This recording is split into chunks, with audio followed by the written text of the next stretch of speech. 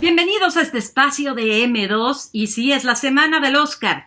Cuando fueron las nominaciones ya les presentamos muchas de las entrevistas que hicimos con los nominados, entre ellas, Meryl Streep, Leonardo DiCaprio por Don't Look Up, Nicole Kidman, Javier Bardem por Being the Ricardos.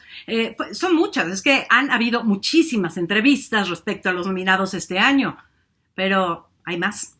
Desde entonces hasta ahora, por ejemplo, pudimos platicar con Kodi Smit-McPhee, que es el chico, tan solo 25 años, nominado como mejor actor de reparto por El poder del perro de Jane Campion, la cinta más nominada para esta ceremonia del Oscar. Esto nos dijo. Say that I love the fact that you're working with Jane Campion, and The Piano was so many years ago. She's done so many amazing things, so it's so good that the world is noticing again.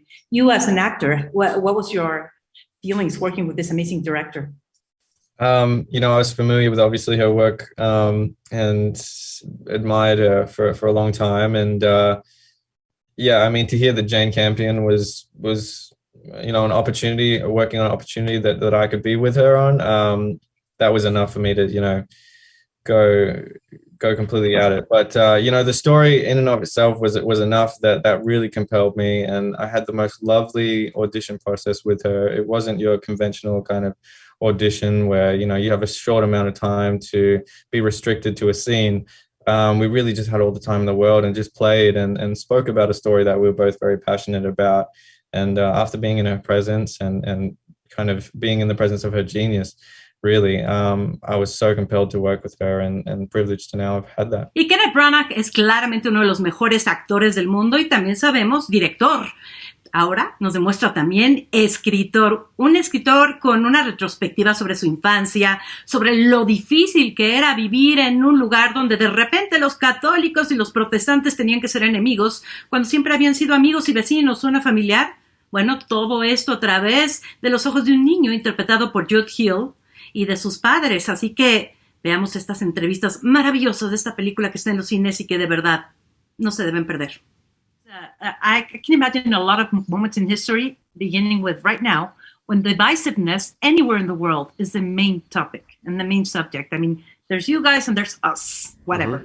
Mm-hmm. How do you think this movie is going to relate to people who are going through that? Do you think anybody's going to say, hey, we don't have to do that. We don't have to be those people. We can be this family. Yeah, I mean, if there's any sense of that message from this film, that's a really positive thing, where you see at the beginning of our movie shots of modern day Belfast and all its colour and all its glory, and it's a thriving city in many ways, and we've got Michelin star restaurants and great bars and great stuff to do and lots of infrastructure, but it's still hugely divided, and there's still so much work to be done there. And as well, while people aren't sort of blowing each other up every day anymore, there is still a strong division and a strong sense of tribalism, which is prevalent, which sort of shows that there's no winners in this. It doesn't help anyone. You can cover the cracks and you can move on in certain ways, but if the division remains, then you haven't succeeded. And I think if we can spread that message in any kind of way, because it is so applicable to so many places in the world, and that's a good thing. And right here, right now, I know we have to wrap just really quickly since we're seeing this through the eyes of a child. I kept forgetting I was seeing it through the eyes of a child. I think that it happens to the audience. Did that happen to you? Caitriona? Yeah, I think you there's something very pure about that perspective. And it allows you to look at things in a very simple, pure way. And that I think is what you get swept up in. You sort of forget that it's about a child or an adult. It just becomes a very pure sort of message that you get. I want to start with you, Jude, because you do such a beautiful job, and no, truly. I mean, I feel like there's a lot of yourself in there in a situation you'll certainly never have to live. But how did you get yourself into that situation emotionally? Well, to get myself into the character Buddy, I watched a lot of documentaries and TV shows and films from the time to understand what it was like to be back then in the Troubles. And my mom and dad talked to me about it, and I didn't know what they were beforehand. So it was all very new to me. But Kenneth Branagh wanted us to put a lot of ourselves into it just to give it that essence of truth. And I love how Ken did that because then it gave us a lot more freedom and a lot more space to act and have a lot more time to improve. Y si bien muchos no creen que Duna tiene oportunidad de ganar alguna de tantas categorías para la que fue nominada, definitivamente hay que aplaudirle a quienes hicieron ciertas cosas que ni siquiera van a aparecer en la ceremonia. Por ejemplo, lo que antes llamábamos dirección de arte, diseño de producción, vaya. Ivette Salgado platicó con él y verdaderamente vale mucho la pena que le echen un ojo a lo que le comentó Patrice Vermette, al igual que lo que platicó Bob Morgan, quien es el encargado de todo lo que ha sido vestuario en esta épica película que tampoco se deben perder y tampoco debemos considerarla un solo género porque, híjole, hay de todo, ciencia ficción sí, acción sí, pero sobre todo política y temas de humanos. Muy profundo. I think it's a very, very sad times because I think the mission of the Academy is to celebrate the art of filmmaking, and I think every craft that is involved in making a movie is as important as the other. And I feel that the Oscars, unfortunately, are being dictated what the show should be is being dictated by a television station that actually they never really show credits. They're missing the point. They're obviously, I understand that they're afraid of there's a decline in the people who watch the Oscars, but if you look around, there's a decline in people who watch traditional television. Oh, it's kind of it's like when you're nominated, it's the amount of love. It's like a love rush that is sent to you. So it also gives you a good support to carry on and say, okay, well, maybe I'm doing a good job, so I'll just carry on doing what I do and try to do it even better. So it's very encouraging. So. It was an incredible experience. We realized, early on that while we were in Los Angeles, the film was going to shoot in Budapest and Jordan. And we decided, we've got to divide and conquer. And then we were kind of doing Zoom before there was Zoom because I was there, Denis was in another place, Jacqueline was in LA for a while, and we were doing FaceTime and saying, what do you think of this? What do you think of United Cities? Yeah. And we were showing Denis like, oh, look at this drawing. What do you think? The world nowadays.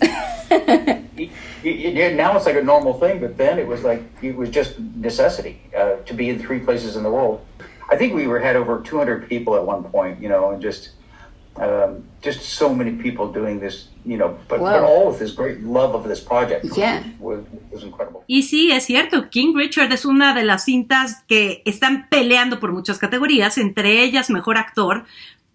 Mucha gente cree que ya es el momento de que Will Smith se lleve Mejor Actor. En lo personal, yo voy por Andrew Garfield. Pero la película se trata del papá de las hermanas Williams, de Venus y Serena. Así que chequen la entrevista con las actrices que interpretaron a estas leyendas del tenis. Y ya veremos qué pasa con Will Smith interpretando a su padre, el Rey Richard, como le dicen. I think what inspired me was what I learned from doing this film. One thing I learned was that the entire Williams family was involved in Serena and Venus's upbringing and very involved in their career. And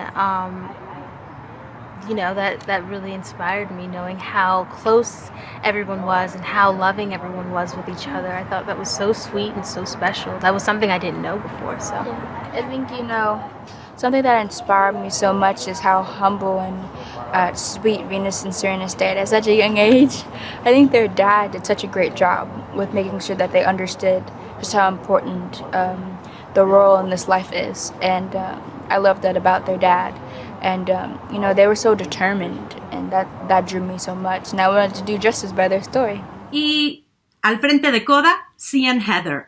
Esta película, que gustó mucho, ha ganado varios premios, está dando de qué hablar en esta recta final al Oscar por el simple hecho de que, bueno, el pasado fin de semana se llevó el premio del Sindicato de Productores y también escritores y también actores. La verdad es que los premios que indican el Oscar le están dando las cosas a Coda. Es una película hermosa acerca, pues, de una familia que, bueno, la mayoría de la familia sí es sordomuda. Hay lenguaje de señas, pero hay música, hay una interacción divina y la verdad es que vale muchísimo la pena echarle un ojo a Coda si no lo han hecho. Sí es un remake de una película francesa, pero uno espectacular y uno que además tiene a nuestro querido Eugenio Derbez, así que échenle un ojo.